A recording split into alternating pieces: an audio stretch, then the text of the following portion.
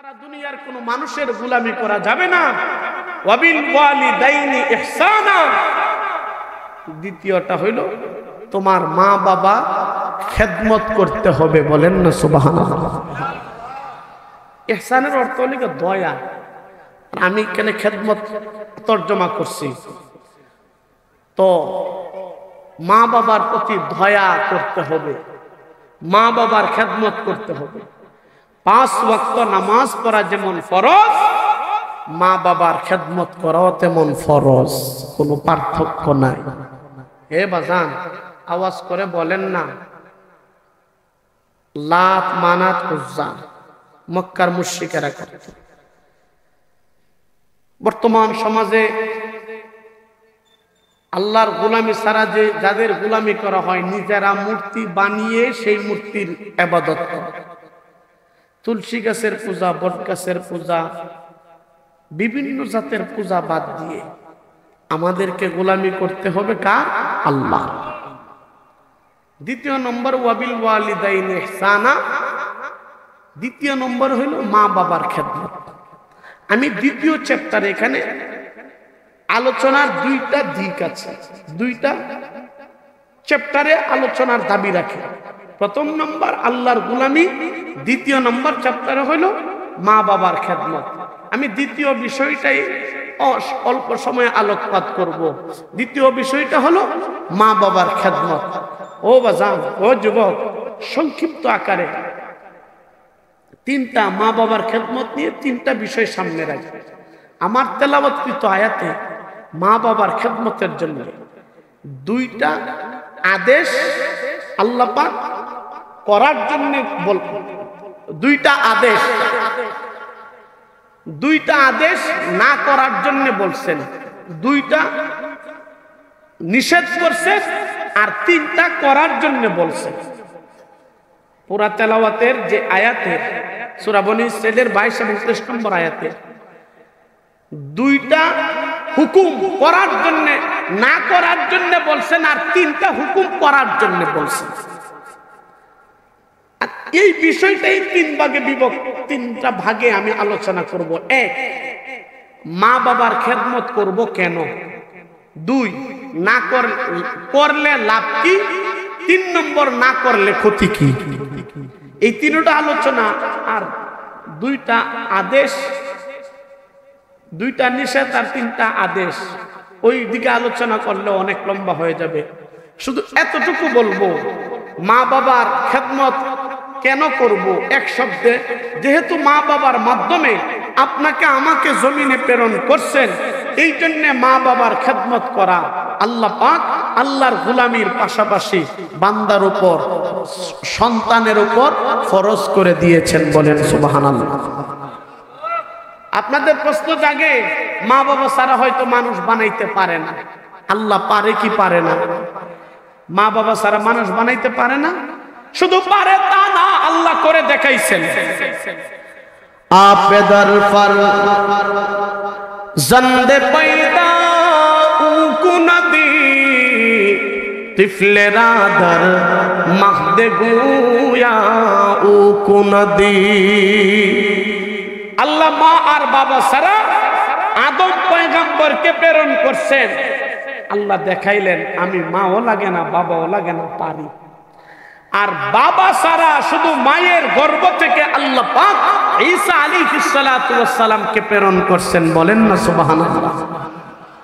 আল্লাহ পাক এই জমিনটারে 2 ভাগে চালাচ্ছেন। একটা হলো আল্লাহ পাকের আদত, আর একটা হলো কুদরত। আল্লাহ পাক আদতের মাধ্যমে মুসলসল ভাবে গোটা পৃথিবীটাকে পরিচালিত করতেছেন। আর কুদরত হলো আল্লাহ পাক কোন জিনিস যদি বলেন যে কুন হয়ে যাও, ফায়াকুন বলার প্রয়োজন পড়ে না, সাথে সাথেই হয়ে যায়, বলেন না সুবহানাল্লাহ। মারিয়াম আলাইহিস সালাতু ওয়াস সালাম এর গর্ভ থেকে যখন ঈসা আলাইহিস সালাতু ওয়াস সালাম আগমন করছে, খ্রিস্টানের দলের 2-3 দিনের সন্তান, খ্রিস্টানের দলের আয়েশা মারিয়াম কার সাথে ব্যভিচার করছো তাড়াতাড়ি করে বলো। বলছি, একটা হলো আদত আর একটা হলো কুদরত। কুদরতের মাধ্যমে আদম আর ঈসাকে প্রেরণ করছে, দুনিয়াতে আসছে। মারিয়াম আলাইহিস সালাতু ওয়াস সালামকে খ্রিস্টানেরা জিজ্ঞেস করে, মারিয়াম কার সাথে বেবিচার করছো, তাড়াতাড়ি করে বলো, আমরা তার বিচার করব।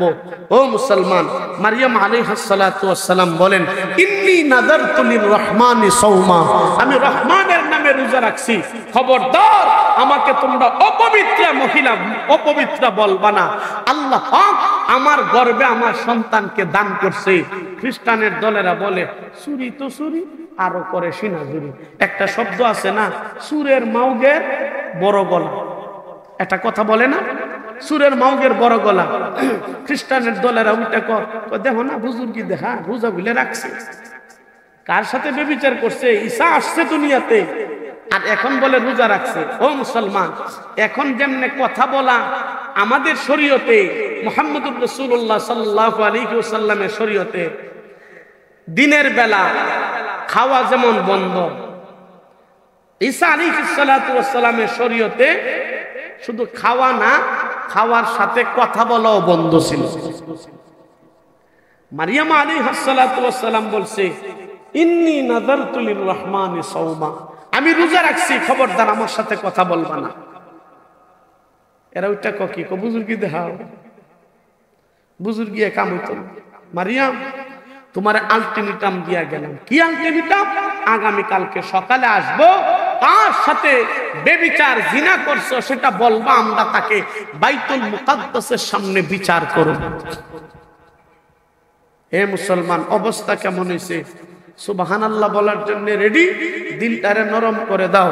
তার আগে সবাই জবান খুলে আওয়াজ করে একবার বলেন না আল্লাহু আকবার। হয় নাই? আল্লাহু আকবার বলার সময় হাত তুলতে হবে। তবে যাদের হাত নাই আপনাদের পা তোলার দরকার নেই। আল্লাহু আকবার বলার সময় আবার মুখ খুলতে হবে। এক জায়গা তুই দেখলাম নারে তাকবীর, আমার এক চাচা দুই ভাও তুল্লাহ কো আল্লাহু আকবার, বাতিজা ফাতুল্লাহ কে দাদা ওইটা কো বাতিজা তাকবীরে সুদা আমার আত্মীয় ভাও উঠতে পড়ছে। আবার আল্লাহু আকবার বলার সময় মুখকে খুলতে হবে। তবে যাদের মুখে পান আছে আপনাদের পায়ে ধরে মুখ খোলার দরকার নেই। এক জায়গায় তুই দেখলাম নারে তাকবীর, আমার এক দাদা দাঁত একটাও নাই, মুখ আছে পান। সামনে আরেকজনে বসে সাদা পাঞ্জাবি লইয়া, যখন এটা কইছি না রে তাকবীর দাদু, এটা সামনে যে পাঞ্জাবিটা লইয়া বসছি, ফানের ফিসকিটা ফইরা একটা ডিজাইন হয়ে পড়ছে। হে বাজান, হে যুবক, জীবনের সর্বোচ্চ আওয়াজ দিয়া হাত উত্তোলন করে জবান খুলে একবার বলেন না আল্লাহু আকবার। আওয়াজটা বেশি জুইতেছে না তো, ডায়রিয়া রোগের আওয়াজ দিছে। অনেকে এমনি তুই লাখ করে লইছে আর বুঝাইছে হুজুর আমার মতন তাকবীর এনে কেউ দিছে না। এ যুবক, কেমন একটা তাকবীর দিবে নাস্তিক আর মুরতাদদের দিলের মধ্যে যেন যায় টাচ করে, আর এই কথা বলে বাবা ইসলামের বিরুদ্ধে কথা বললে আমার কপালে শনি আছে। এমন একটা সাহস নিয়া হাত উত্তোলন করে জবান খুলে বলেন আল্লাহু আকবার। সবাই আওয়াজ করে বলেন আল্লাহু আকবার।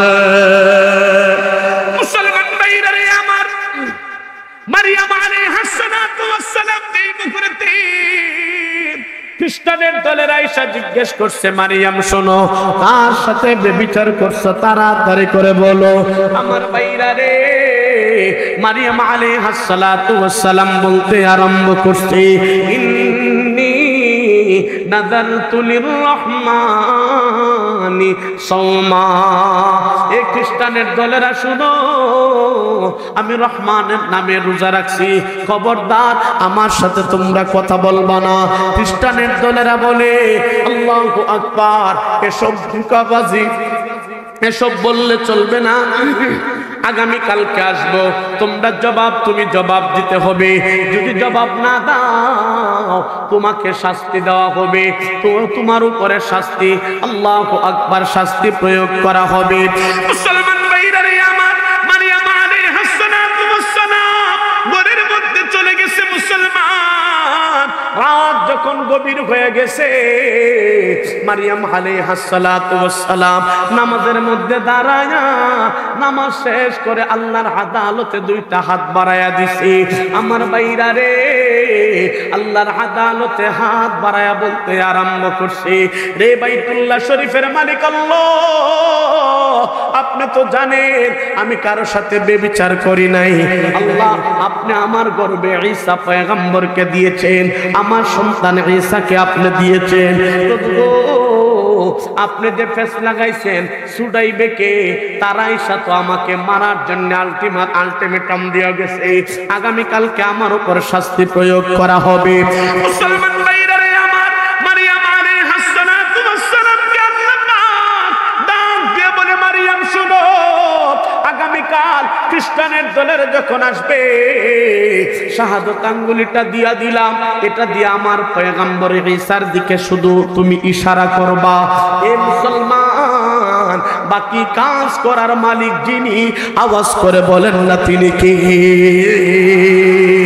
মুসলমান ভাইরা রে আমার, পরের দিন খ্রিস্টানের দলেরা মারিয়াম আলাইহিস সালাতু ওয়াস সালামের সামনে এসে বলে, মারিয়াম গো, আগামী গতকালকে বলেছিলাম, আজকে জবাব দে, কার সাথে বেবিচার করে এই সন্তানটাকে দুনিয়ার মধ্যে আগমন ঘটাইলা?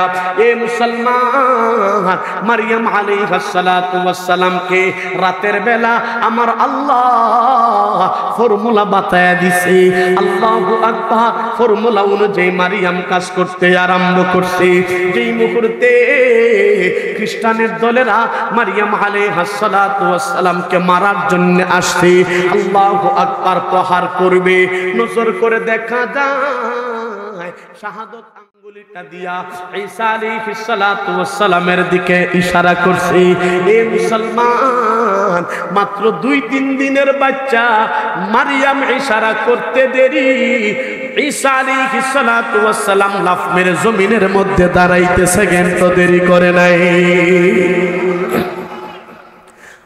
জোরে বলেন না সুবহানাল্লাহ?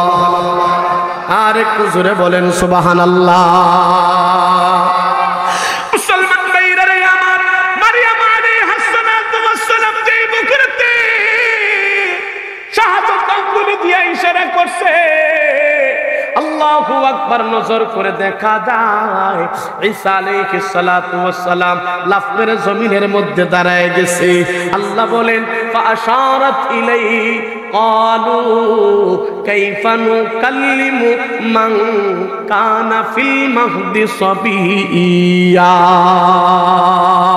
যেই মুহূর্তে ঈসা আলাইহিস সালাতু ওয়াস সালামের দিকে ইশারা করছে, ঈসা পয়গম্বর লাফ মেরে জমিনের মধ্যে দাঁড়ায় গেছে। শুধু দাঁড়াইছে তা না, নজর করে দেখা যায় আমার আল্লাহ ঈসা আলাইহিস সালাতু ওয়াস সালামের জবানে আল্লাহ পাক কথা বাহির করে দিছে।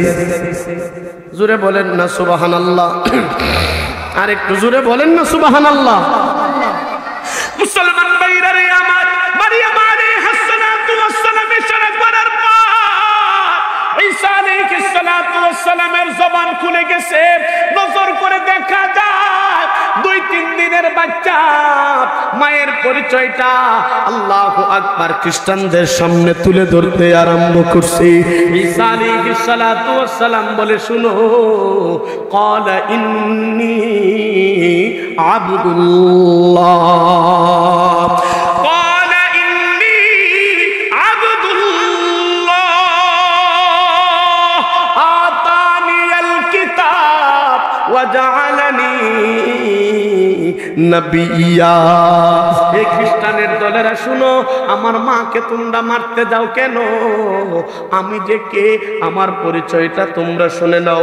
ক্বালা ইন্নী আব্দুল্লাহ, আমি আল্লাহর বান্দা। আতানিয়াল কিতাব, আমারে আল্লাহ কিতাব দান করছে। ওয়া জাআলানি নবিয়্যা, আমারে নবী বানায়া পাঠাইছে। তোমরা দেরি করো না, যেহেতু আমি নবী, তোমাদেরকে কালিমার দাওয়াত দিলাম, দেরি না করে এই মুহূর্তে কালিমা পড়ে মুসলমান হয়ে যাও। বলেন সুবহানাল্লাহ। তাফসিরে লিখে, তাফসিরে আসছে, এখানে যেই সমস্ত খ্রিস্টানের দলেরা মারিয়াম আলাইহিস সালাতু ওয়াস সালামকে মারার জন্য আসছে, সবাই এক সাহেবকে ঈসা আলাইহিস সালাতু ওয়াস সালামের এই অবস্থা দেখে যখন দাওয়াত দিয়েছে সাথে সাথে কালিমা পড়ে তারা মুসলমান হয়ে গেছে।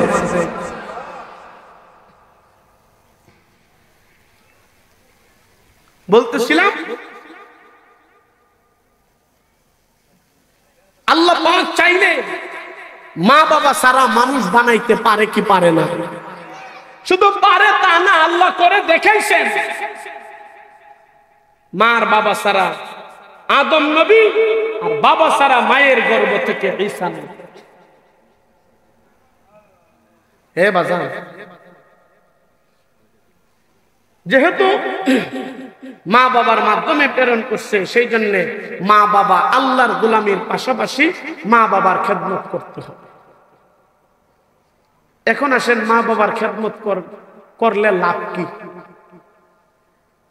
এক শব্দে, মা বাবার খেদমত করে কোন সন্তান যদি কবরে যায়, বিনা হিসাবে আল্লাহ পাক এই পৃথিবীর সমান 10টা পৃথিবীটাকে এক করে একটা জান্নাতের মালিক তাকে বানায় দেয়।